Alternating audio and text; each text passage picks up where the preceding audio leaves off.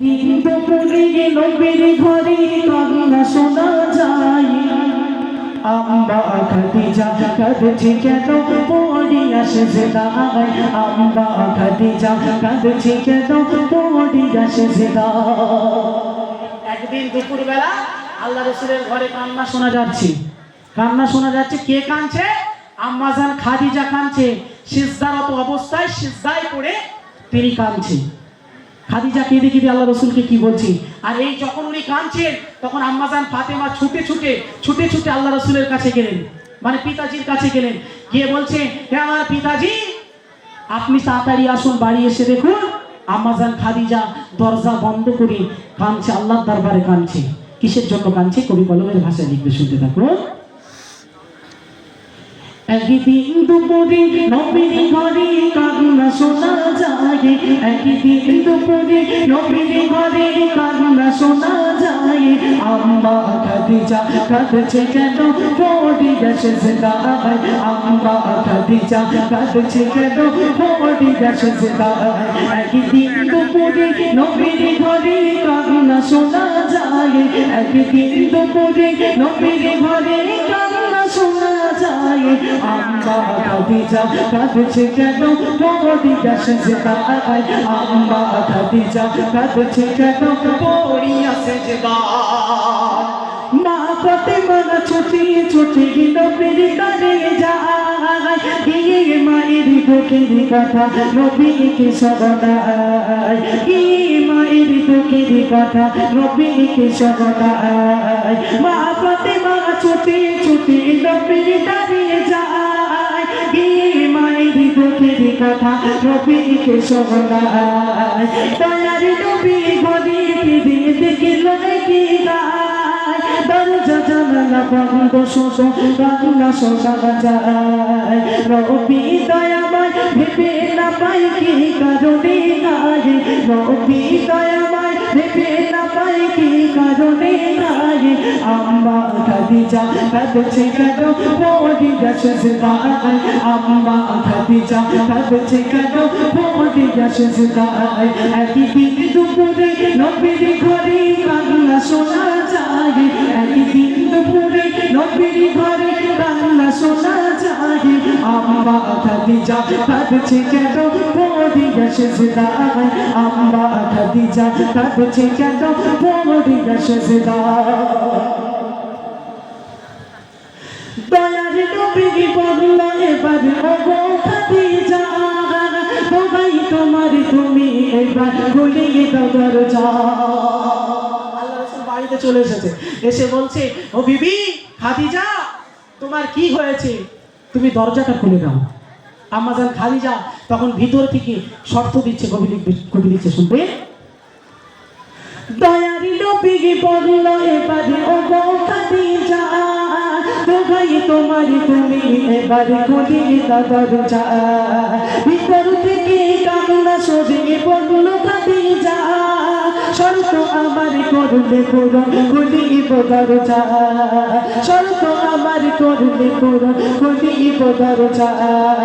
দয়ার নবী বলে, ওগো বিবি খাদিজা, দয়ার নবী বলে, ওগো বিবি খাদিজা, সব শর্ত পূরণ করব কথা দিলাম আজ তোমায়, সব শর্ত পূরণ করব কথা দিলাম আজ তোমায়। একদিন দুপুরে নবীর ঘরে কান্না শোনা যায়, একদিন দুপুরে নবীর ঘরে কান্না শোনা যায়। আম্মা খাদিজা কাঁদছে কেন পড়িয়া সেজদায়, আম্মা খাদিজা কাঁদছে কেন পড়িয়া সেজদায়। একদিন দুপুরে নবীর ঘরে কান্না শোনা যায়, একদিন দুপুরে নবীর ঘরে কান্না শোনা যায়। আম্মা খাদিজা কাঁদছে কেন পড়িয়া সেজদায়, আম্মা খাদিজা কাঁদছে কেন পড়িয়া সেজদায়। রাসূল বলছে, হে খাদিজা, তুমি কেঁদো না, তুমি যে কটা শর্ত দেবে সব শর্ত আমি পূরণ করতে রাজি। তুমি বলো কিসের জন্য কাঁদছো, তুমি ঘরের দরজাটা একবার খুলে দাও। ভিতর থেকে খাদিজা বলছে যে আমার কিছু শর্ত আছে, এইগুলো পূরণ করলে আমি দরজা খুলবো। তো আম্মাজান খাদিজা প্রথম শর্ত দিচ্ছে, এটা একটু মন দিয়ে শুনবেন।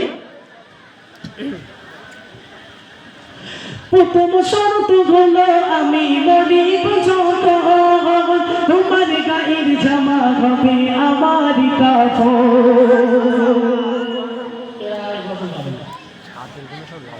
আম্মাজান খাদিজা কি বলছে?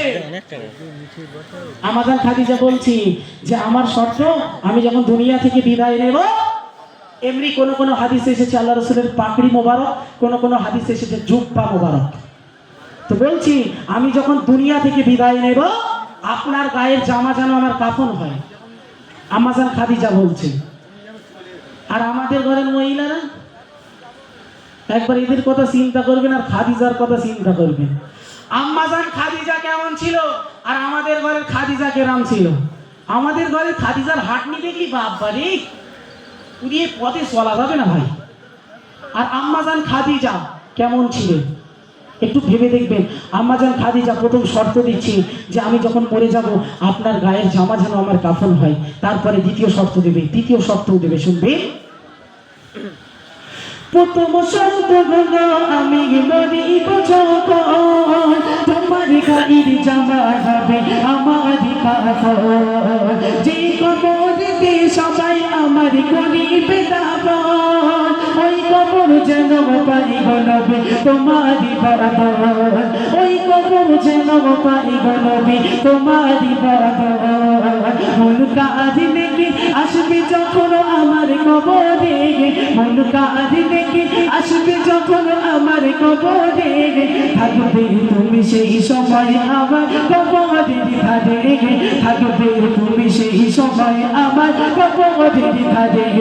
একদিন দুপুরে নবীর ঘরে কান্না শোনা যায়, একদিন দুপুরে নবীর ঘরে কান্না শোনা যায়। আম্মা খাদিজা কাঁদছে কেন মদিনা সেজদায়, আম্মা খাদিজা কাঁদছে কেন মদিনা সেজদায়। একদিন দুপুরে নবীর ঘরে কান্না শোনা যায়, আম্মা খাদিজা কাঁদছে কেন মদিনা সেজদায়, আম্মা খাদিজা কাঁদছে কেন মদিনা সেজদায়। আম্মাজান খাদিজা শর্ত দিয়েছে যে ইয়া রাসূলুল্লাহ হাবিবাল্লাহ, আমার প্রথম শর্ত হচ্ছে ওই বললাম যে আল্লাহ রাসূলের জুব্বা কাফন করে দিতে।